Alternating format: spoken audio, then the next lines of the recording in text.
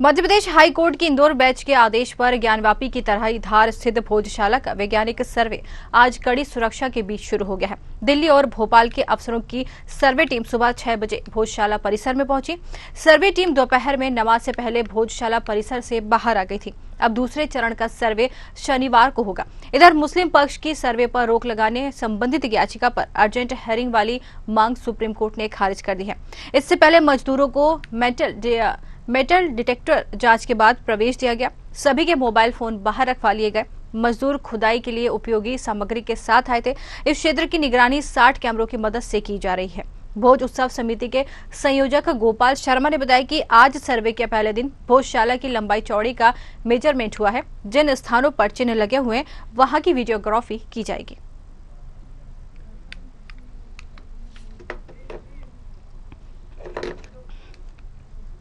तो आपको बता दें कि मध्य प्रदेश हाई कोर्ट में इंदौर बेंच के आदेश के पर ज्ञानवापी की तरह ही धार स्थित भोजशाला का वैज्ञानिक सर्वे आज कड़ी सुरक्षा के बीच शुरू किया गया है। दिल्ली और भोपाल में अफसरों की सर्वे टीम सुबह 6 बजे भोजशाला परिसर में पहुंच गई थी। सर्वे टीम दोपहर में नमाज से पहले ही भोजशाला परिसर से बाहर आ गई थी। बता दें अब दूसरे चरण का सर्वे शनिवार को होगा। इधर मुस्लिम पक्ष का सर्वे पर रोक लगाने संबंधित याचिका पर अर्जेंट हेयरिंग वाली मांग सुप्रीम कोर्ट ने खारिज कर दी है। और आइए ज्यादा जानकारी लेंगे। हमारे साथ एल द्विवेदी जी जुड़ गए हैं। जी केएल द्विवेदी जी जुड़ गए हैं। जी आपका बहुत बहुत स्वागत है। धन्यवाद जी। आप सबसे पहला सवाल यहाँ पर है कि भोजशाला का जो सर्वे हो रहा है तो आखिर भोजशाला का सर्वे कराने में दिक्कत क्यों आ रही है? देखिए, ये बहुत ही एक महत्वपूर्ण विषय है और महत्वपूर्ण मामला है जो काफी वर्षों से मध्य प्रदेश के धार के पास भोजशाला में एक चल रहा है। और निश्चित तौर पर इसमें सभी लोगों ने अपने अपने पक्षकारों ने इसमें आवेदन प्रस्तुत किए थे और अब कहीं ना कहीं एएसआई की जो टीम है उसके द्वारा वहां पर सर्वे की अनुमति दी गई थी और जिसके तारतम्य में वहां पर लगातार सर्वे की टीम पहुंची है और वह अपनी जांच पड़ताल कर रही है। अब दूसरे चरण का जो सर्वे है वह कहीं ना कहीं अब शनिवार को जैसा बताया गया है वैसा स्टार्ट वो करेंगे। लेकिन ये बहुत ही एक गंभीर मुद्दा था जिसका निराकरण होना अति आवश्यक है। आने वाले समय में ये पता चलेगा कि किस प्रकार का वहाँ पर सर्वे होगा और उसकी क्या फैक्ट फाइंडिंग और रिपोर्ट्स आएगी। जी तो यहाँ पर जो अर्जेंट याचिका मतलब यहाँ पर याचिका लगाई गई थी अर्जेंट हेयरिंग की, उसको खारिज कर दिया गया है। तो अब इसके बाद मुस्लिम पक्ष के बाद क्या अगला कदम क्या होगा उनके पास, क्योंकि याचिका जो यहाँ पर उन्होंने अर्जेंट हेयरिंग की लगाई थी वो तो खारिज कर दी गई है। जी, निश्चित तौर पर देखिए सभी पक्षकारों को अपने अपने स्तर पर याचिका लगाने का प्रावधान है और उन्होंने अपने स्तर पर वहां पर याचिका लगाई थी कि उनकी सुनवाई हो या फिर ये जो सर्वे है इस पर रोक लगाई जाए। लेकिन उनकी बातों को गंभीरता से ना लेते हुए ये याचिका खारिज हुई है। तो इसमें कहीं ना कहीं उन्होंने जो फैक्ट एंड फैक्चुअल्स दिए थे उससे कहीं ना कहीं जो न्यायालय है वह सहमत नहीं होगा। इसके आधार पर वह याचिका खारिज हुई है। अब उनके पास अब उच्च न्यायालय के बाद उनके पास सर्वोच्च न्यायालय का अधिकार बचता है। अगर उन्होंने सर्वोच्च न्यायालय में याचिका लगाई और सर्वोच्च न्यायालय ने अगर उसको खारिज कर दी तो फिर उसके बाद उनको विधि संगत जो भी निर्णय है वह लेना पड़ेगा। जी यहाँ पर जो है पूरी तरीके से यहाँ पर भोजशाला का सर्वे कराने के दौरान पूरी तरीके से यहाँ पर सतर्कता बरती जा रही है। 60 कैमरों की से यहाँ पर निगरानी रखी जा रही है। साथ ही मजदूर हैं, उनके मोबाइल फोन्स बाहर रखवा लिए गए हैं और वहां पर जो है अपना सामान लेके मजदूर वहां पर पहुंचे थे। जी, निश्चित तौर पर देखिए ये एक बहुत ही गंभीर विषय था जी। और कहीं ना कहीं ये जो पूर्व में भी आपने देखा था कि कुछ ना कुछ विवाद की स्थिति उस स्थल पर वहां पर बनी थी और फिर वहां पर फोर्स को भी एक बार वहां पर लगाया गया था और स्थिति को नियंत्रण में किया गया था। तो निश्चित तौर पर एक बहुत ही जो गंभीर विषय है और सभी लोग जानना चाहते हैं जब सर्वे वहां पर रिपोर्ट आएगी तब निश्चित तौर पर तय होगा कि किस प्रकार की वहां पर क्या स्थिति में अभी वहां पर कार्य हुआ है। जी द्विवेदी जी, हमसे जुड़ने के लिए, बातचीत करने के लिए आपका बहुत बहुत धन्यवाद।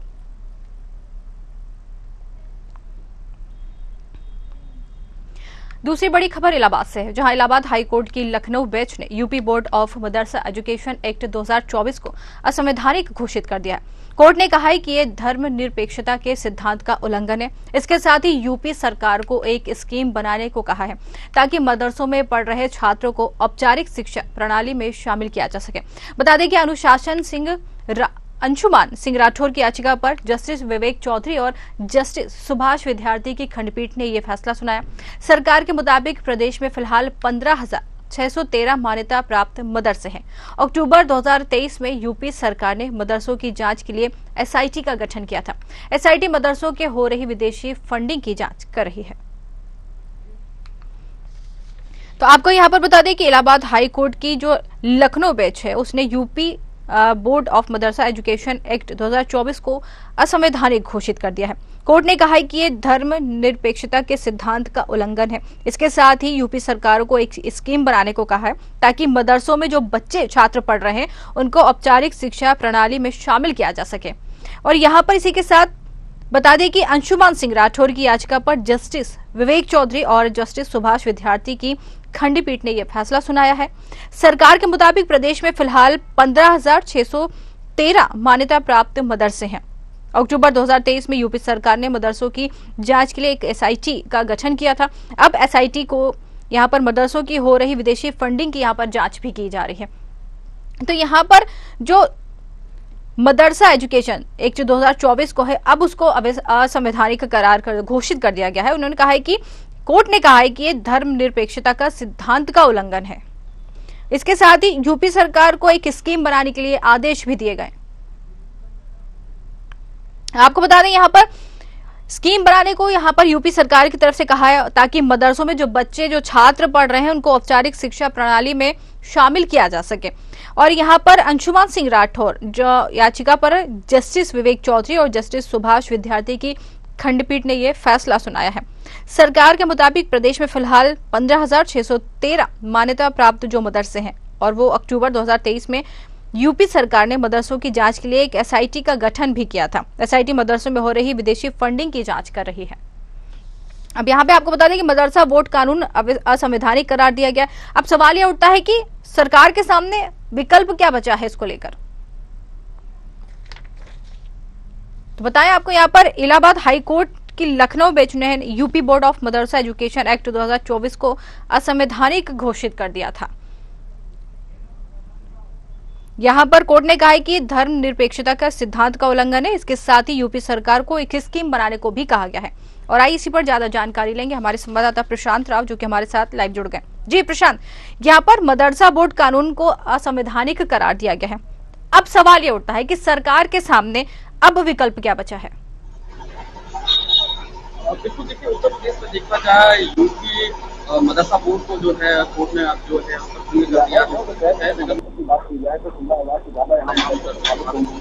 लेकिन उत्तर प्रदेश में अगर देखा जाए कि 2023 में ही यहाँ एसआईटी की जांच की गई थी जिसमें कई जो है मदरसे यहाँ फर्जी पाए गए थे। और अगर नेपाल के बॉर्डर की बात की जाए तो ऐसे में नेपाल के बॉर्डर पर संचालित होने वाले करीब 13,000 मदरसे जो थे वो संदिग्ध अवस्था में। तो इसके साथ ही एसआईटी की जांच की भी पता किया जा रहा था कि मदरसों में कहाँ से जो है विदेशी फंडिंग आ रही है। और ऐसे करके तमाम जो मदरसों की मान्यता नहीं थी या ऐसे मदरसे जो कागजों में दर्ज थे मान्यता थी लेकिन उनके पास वहाँ पर जो उपयुक्त संसाधन नहीं थे, तो धीरे धीरे करके ऐसे मदरसों की संख्या जो है करीब 16,000 रह गई। 16,000 मदरसों को यहाँ संचालित किया जा रहा है। और आज तरीके से सुप्रीम कोर्ट का फैसला आया है उसमें जो मदरसा बोर्ड 2004 एक्ट है उसको खत्म कर दिया गया। इसमें खास तौर से दिया गया था कि ये जो कानून उत्तर प्रदेश मदरसा शिक्षा बोर्ड की स्थापना के लिए बनाया। और इसके लिए सबसे पहले बात कर दी जाए तो यहाँ पर 1985 में यहाँ पर यूपी में जो है फारसी और भाषा के लिए जो स्कीम लाई गई थी उसके बाद 1995 में यहाँ मदरसा बोर्ड का गठन किया गया था। और इसी के दौरान चाहे मदरसा बोर्ड हो या वक्फ बोर्ड हो इसका जो यहाँ संचालन किया जा रहा था उसी तर्ज पर यहाँ पर जो है यूपी मदरसा बोर्ड को संचालित किया जा रहा था। ये जो मदरसा बोर्ड है वो उत्तर प्रदेश बोर्ड से अलग था जहाँ पर इनको ये स्वच्छता थी कि अपनी परीक्षाएं कराएं, अपने परीक्षा केंद्रों का निर्धारण कराएं, अपने शिक्षा नीति को लागू करें। किस तरीके से यहाँ पर जो यूपी मदरसा बोर्ड है उसमें सदस्यों की नियुक्त हो और इसके साथ ही क्या न्यूनतम फीस होगी, किस तरीके की शिक्षा दी जाएगी, ये सब मानक थे। इसमें सबसे जो खास बात की यूपी में अरबी फारसी शिक्षाओं के रजिस्ट्रेशन के लिए यहाँ राज्य में अरबी फारसी मदरसों को मान्यता देने के लिए उनकी परीक्षा आयोजित कराने का अधिकार दिया गया था। इसमें किसी भी तरीके से प्रशासनिक कार्रवाई का कोई दखल अंदाजी नहीं थी। हालांकि सरकार के अधीन चल रहा था लेकिन इनके सदस्यों के आधार इस तरीके की स्कीमें यहाँ लागू की जाए थी। ये मदरसा बोर्ड के पास पावर था जो कि यहाँ पर धर्म निरपेक्षता को लेकर कहीं ना कहीं उल्लंघन दिखाई दे रहा था। इसको लेकर जो है अंशुमान राठौर की तरफ से याचिका दायर की गई थी। एक याचिका पर यहाँ पर सुनवाई करते हुए जस्टिस डीके चौधरी और सुभाष त्रिपाठी ने इससे बड़ा फैसला दिया है। साथ ही इसके कानूनों में अगर देखा जाए तो एक महत्वपूर्ण बात यही थी, 1995 में अल्पसंख्यक कल्याण वक्फ विभाग का गठन हुआ था। उसके बाद मदरसों के सभी कार्यों को उत्तर प्रदेश शिक्षा विभाग से हटाकर अल्पसंख्यक विभाग को दे दिए गए थे। यह सबसे बड़ी जो सरकार के पास स्वच्छता थी, इसको अल्पसंख्यक विभाग को दे दिया गया। तो अल्पसंख्यक विभाग आगे की रणनीति करता था किस तरीके से शिक्षा करनी थी, और इसी याचिका जो याचिका लगाई गई थी, इसी बात को लेकर चुनौती दी गई थी। और इससे पहले अगर देखा जाए कि इससे पहले जो अरबी फारसी मदरसे थे, इनका संचालन 1987 में किया जा रहा था। इसी को बदलकर 1995 में लाया गया और इसी को 1995 से बदलकर 2004 में यहाँ पे लागू किया गया। और मदरसा शिक्षा बोर्ड के पाठ्यक्रम और पुस्तकों को या अन्य पुस्तकों को निर्धारण करने यदि शिक्षा बोर्ड के हाथ में किस तरीके की किताबें पढ़ाई जाएंगी, क्या पाठ्यक्रम रखा जाएगा, किस तरीके का आगे जो संचालन मदरसों का किया जाएगा, यह भी अधिकार उनके पास अन्य पाठ्यक्रमों को शामिल किया गया था।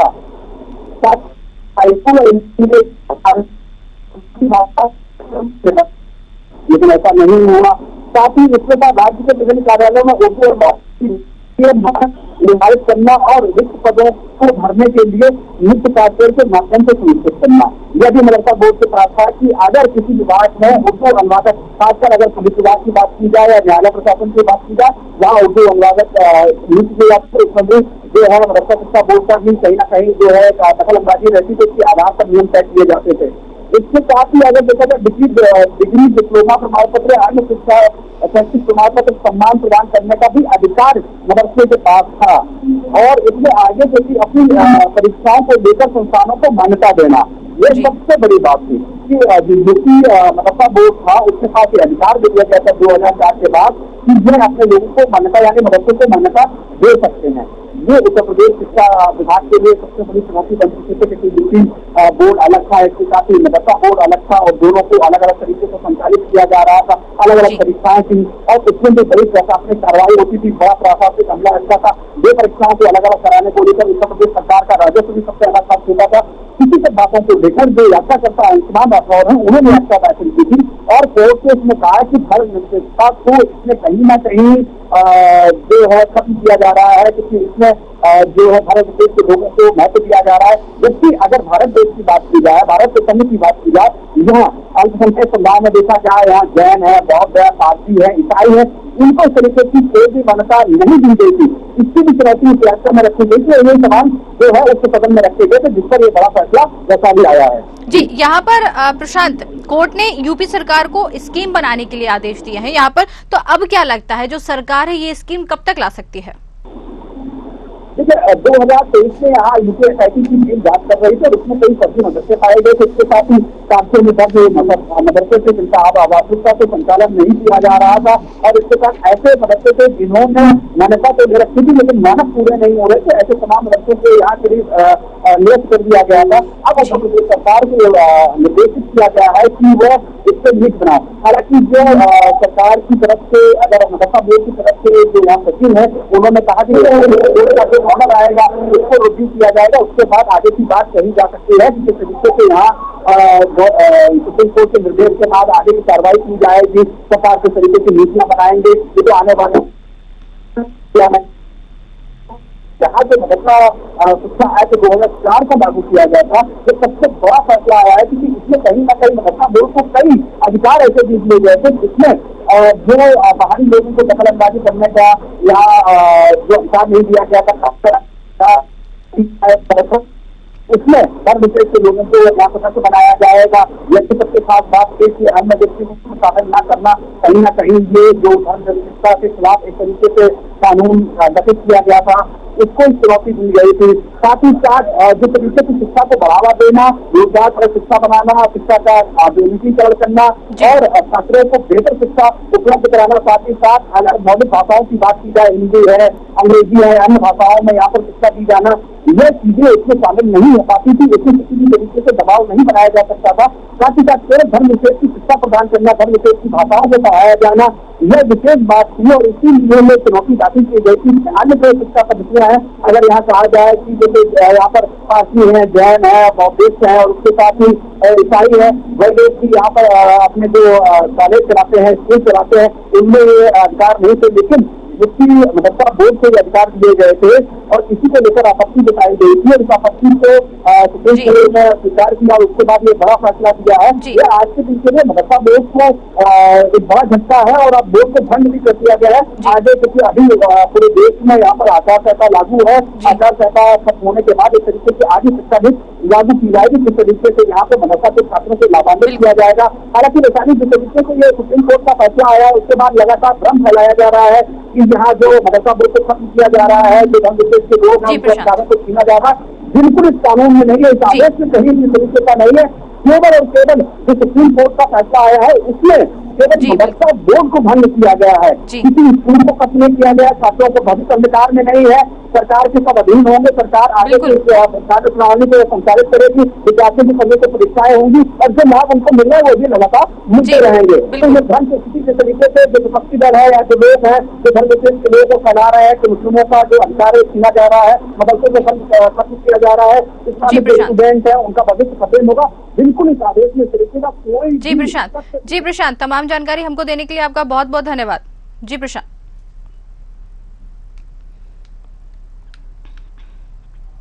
तीसरी बड़ी खबर मध्य प्रदेश से है, जहां मध्य प्रदेश के सीएम डॉक्टर मोहन यादव ने केजरीवाल के जेल से सरकार चलाने वाले बयान दिए हैं। उन्होंने कहा है कि अरविंद केजरीवाल को पद का मद है, मुख्यमंत्री के रूप में जेल जाना ये बड़ा दुर्भाग्यपूर्ण है। आज तक कभी ऐसा समय नहीं आया कि डॉक्टर यादव ने कहा है कि अपने देश का इतिहास है कि जब किसी पर कोई आरोप लगता है तो वह सबसे पहले अपना इस्तीफा देता है, जब तक आरोप से बरी हो जाए तब तक वह अपना दायित्व नहीं लेता। श्री लाल बहादुर शास्त्री जी से लेकर श्री लाल कृष्ण आडवाणी जी तक किसी ने अपना दायित्व नहीं लिया।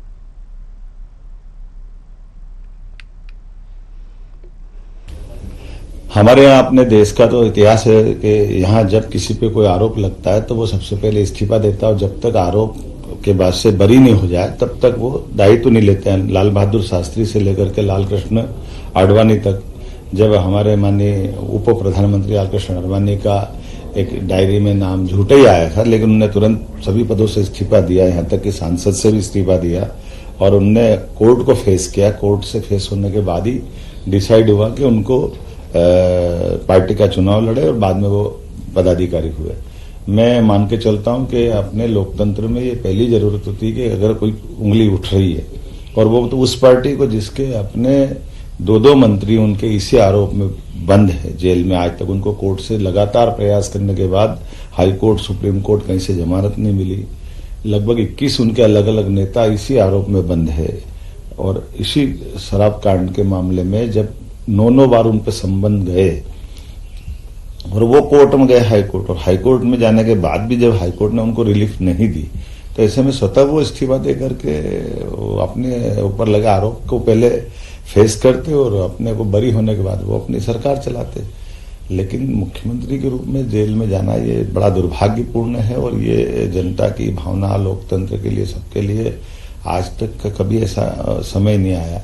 पद का इतना मोह, पद का इतना लोभ हम नहीं समझ सकते कि ये केजरीवाल जी को शोभा देता है। अभी भी मौका था, उनको तुरंत इस्तीफा देना चाहिए। अंदर से सरकार चलाएंगे। ये मजाक, ये पद का एक तरह से मद चढ़ रहा है कि वो पद को किसी हालत में मरे बंदर के बच्चों को बंदरिया चिपका के रखती है, उस तरह का भाव है। मैं समझ सकता हूँ, इससे उनको बाहर आना चाहिए और लोकतंत्र के लिए अपने आप को जब तक वो बरी न हो जाए सभी प्रकार के न्यायालय से, तब तक उनको इस सब बातों से। तो मध्य प्रदेश के सीएम डॉक्टर मोहन यादव ने सीएम केजरीवाल के गिरफ्तारी को लेकर एक बयान दिया है, बड़ा बयान दिया। उन्होंने कहा है कि सीएम केजरीवाल जेल से सरकार चलाएंगे, उनको पद का बड़ा मद है। और इसी पर ज्यादा जानकारी लेंगे हमारे संवाददाता कृष्णा शर्मा से। जी कृष्णा, जैसे कि यहाँ पर सीएम केजरीवाल की गिरफ्तारी को लेकर सीएम मोहन यादव ने एक बड़ा बयान दिया है। उन्होंने उनकी जो गिरफ्तारी है उसको दुर्भाग्यपूर्ण बताया। साथ ही उन्होंने कहा है कि मतलब उनके कहने का तात्पर्य क्या निकाला। उनका कहने का मतलब ये है कि सीएम केजरीवाल को अपने पद से इस्तीफा दे देना चाहिए। क्या मतलब उनके बात का? बिल्कुल, देखिए जिस तरह से भारत के इतिहास में अभी तक कोई भी मुख्यमंत्री जेल नहीं गया है। जब किसी मुख्यमंत्री या किसी सांसद या किसी मंत्री पे आरोप लगता है जी। तो सबसे पहले वो अपना पद से इस्तीफा देते हैं, इसके बाद वो जेल जाते हैं या किसी दूसरे को मुख्यमंत्री बनाया जाता है। यह पहली घटना है जब शराब नीति पर अरविंद केजरीवाल पर आरोप लगे और सीएम के रूप में उन्हें जेल जाना पड़ा, क्योंकि उन्होंने कोई इस्तीफा नहीं दिया, ना ही किसी को मुख्यमंत्री के रूप में चिन्हित किया गया, ना किसी को प्रभार दिया गया है। और उनके कार्यकर्ता भी बोल रहे हैं कि अरविंद केजरीवाल मुख्यमंत्री थे और रहेंगे, और वह जेल से ही पूरे काम अपने चलाए। जो काम होते हैं, जो फाइलों के काम होते हैं, जो जनता के काम होते हैं, वो जेल में रहकर करेंगे। इसी बात का इशारा मध्य प्रदेश के मुख्यमंत्री डॉक्टर मोहन यादव ने कहा है जी। मुख्यमंत्री रहते हुए कोई भी यदि जेल के अंदर जाता है तो ये दुर्भाग्य है। उन्हें अपने पद का मोह है, इस कारण से वो अपना पद नहीं छोड़ रहे हैं। सबसे पहले उन्हें इस्तीफा देना चाहिए। जब तक न्यायालयीन प्रक्रिया होती है, जब तक जांच चलती है, तब तक किसी दूसरे को मुख्यमंत्री बनाया जा सकता है। इसके बाद जब वो लौटे, यदि वो ऐसा मानते हैं कि उन पर कोई सारे आरोप गलत हैं, तो फिर आकर अपना पद संभाल ले जब जांच से बरी हो जाएंगी। जी, बहुत बहुत धन्यवाद कृष्णा, ये तमाम जानकारी हम तक पहुंचाने के लिए।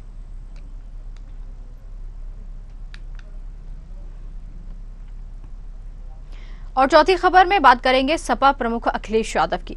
अखिलेश यादव ने सीतापुर जेल में बंद सपा नेता आजम खान से मुलाकात की है। अखिलेश करीब 1.5 घंटे तक जेल के अंदर रहे। मुलाकात के बाद जेल के बाहर निकलकर उन्होंने मीडिया से बात की। अखिलेश ने कहा है कि आजम खान के साथ अन्याय हो रहा है, उन्हें न्याय जरूर मिलेगा। आजम के परिवार को सरकार परेशान करे, भाजपा झूठे मुकदमों का रिकॉर्ड बना रही है। इसी के साथ उन्होंने चुनावी बॉन्ड को लेकर भी अखिलेश ने भाजपा पर निशाना साधा। उन्होंने कहा कि चुनावी बॉन्ड पर भाजपा जवाब नहीं देती, अंत में सच्चाई की जीत होती है। पीडीए ही एनडीए को हराएगी। समय बहुत बलवान होता है। जनता वोटिंग के दिन का इंतजार कर रही है। भाजपा लगातार लोकतंत्र को कमजोर कर रही है। मैं अभी मिलकर के आ रहा हूँ। हाँ। और जेल तो जेल ही होती है जी। और अकेलेपन में कोई रहे जी, और जेल की अपनी परेशानियां होती हैं, तो वो तो फेस करनी पड़ती हैं। और हमें उम्मीद है कि उन्हें न्याय मिलेगा, उनके परिवार को न्याय मिलेगा। आदरणीय मोहम्मद आजम खान साहब, उनके साथ अन्याय लगातार हो रहा है। बोलो नहीं भैया। ये भी इनह्यूमन एक्टिविटी है सरकार की जी। कि दो परिवार एक साथ नहीं है। जब परिवार को सजा मिली है, और कहीं ऐसा आपको देखने को नहीं मिला होगा कि परिवार के लोगों के साथ ऐसा अन्याय हो रहा होगा। कम से कम सरकार को ये दृष्टिकोण तो रखना चाहिए कि परिवार एक साथ रहे। जब इतनी तकलीफ और परेशानी में है, क्या सरकार यही तकलीफ परेशानी देना चाहती है? और वो भी झूठे मुकदमे लगना।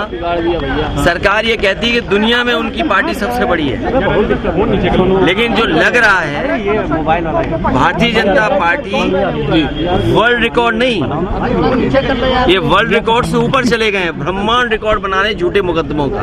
सपा मुखिया तकरीबन जिला कारागार सीतापुर में 1 घंटे आजम खान से मुलाकात की। 2 पर ही 2 मुलाकात आजम से हुई। आपको बता दें कि आज तकरीबन 11 बजे के समथिंग आज सीतापुर जिला कारागार अखिलेश यादव पहुंचे और आजम खान से मुलाकात की। आगामी लोकसभा चुनाव को लेकर काफ़ी कुछ चर्चा की गई। आपको बता दें कि वह रामपुर की सीट को भी लेकर चर्चाएं की गई, अन्य सीटों को भी लेकर चर्चाएं की। तकरीबन 1 घंटे अखिलेश यादव जिला कारागार में रहे और आजम खान से मुलाकात की। चुनाव की सरगर्मियां बढ़ते ही आपको बता दें कि जो अहम ये दौरा जिला कारागार का माना जाता है अखिलेश यादव का, कहा जाता है कि 5 महीनों से जो है अखिलेश यादव सीतापुर कारागार आजम खान से मिलने आने की कोशिश कर रहे हैं, लेकिन आज वह जो है महत्वपूर्ण दौरा हुआ जिसमें जो है अखिलेश यादव आज आजम खान से मिलने आए। सीतापुर से न्यूज हाउस के लिए रुस्तम मिश्रा की रिपोर्ट।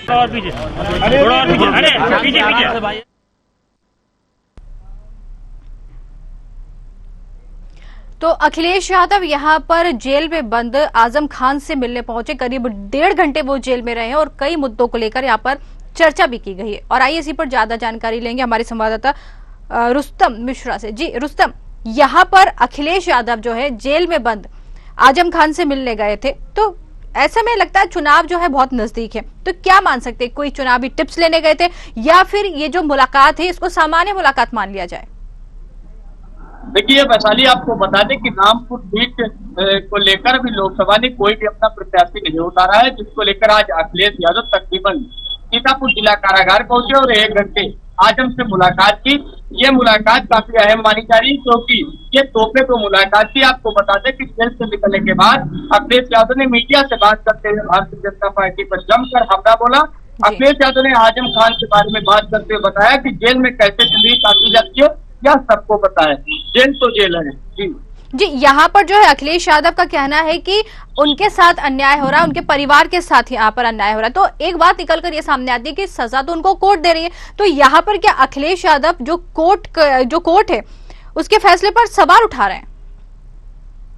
देखिए, उनका साफ तौर पे यही कहना है कि भाजपा पर बात करते हुए अखिलेश यादव ने बताया कि भाजपा वर्ल्ड की सबसे बड़ी पार्टी है बनने की दावा कर रही है, लेकिन ऐसा लगता है मुकदमा करवाने में भाजपा ब्रह्मांड में झूठे मुकदमों का वर्ल्ड रिकॉर्ड बनाना चाहती है। जो इलेक्ट्रॉन बांड में भाजपा का बैंड बजाया है, उसकी वजह से आप दिल्ली में देख लीजिए क्या हो रहा है। क्या देश की तस्वीर करेंगे? झूठे मुकदमा लगाकर सभी को जेल भेज दिया गया। अन्याय की कोई उम्र नहीं होती है, लेकिन सच्चाई ही जीत होती है। जी, यहाँ पर रुस्तम अखिलेश यादव ने कहा है कि पीडीए ही एनडीए को हराएगी, तो ऐसे में ईडी गठबंधन का क्या होगा? उन्होंने साफ तौर पे ईडी गठबंधन से कोई बात न करते हुए उन्होंने बताया कि उन्होंने कहा कि मुख्यमंत्री को जेल भेजने में लोकतंत्र की जीत नहीं होने वाली है। लोकतंत्र में जो आवाज उठाना चाहती है उसकी सरकार आवाज दबा रही है। भारतीय जनता पार्टी के पास जवाब नहीं है। उत्तर प्रदेश में सबसे ज्यादा पेपर लीक हुए। भारतीय जनता पार्टी को जनता सबक सिखाएगी। जी रुस्तम, ये तमाम जानकारी हम तक पहुंचाने के लिए आपका बहुत बहुत धन्यवाद।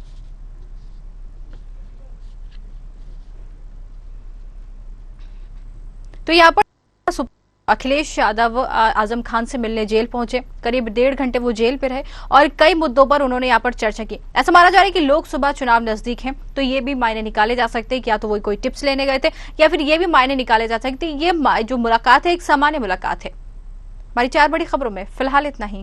नमस्कार।